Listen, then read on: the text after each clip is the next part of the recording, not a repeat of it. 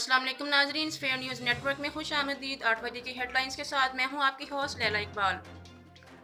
वज़ीर आज़म इमरान खान डस्का के 20 स्टेशन पर रीपोलिंग के हामी।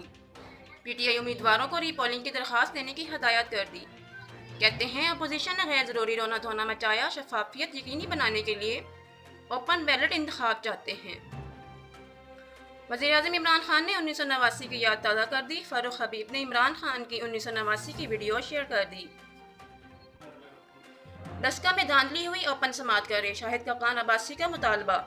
प्रिजाइडिंग अफसरान के अगवा और बाजियाबी पर सवाल। नताइज में बद इंतजामी और बेकायदी का इल्ज़ाम। PTI उम्मीदवार की नोटिफिकेशन रोकने की इस्तदा।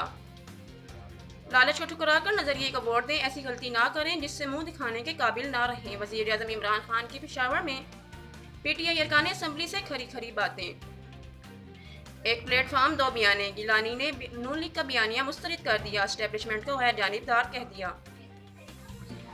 फैसल वावड़ा के कागजात मंजूर होने के खिलाफ अपील की समाअत आज भी जारी रहेगी। इलेक्शन कमीशन और फैसल वावड़ा को नोटिस जारी।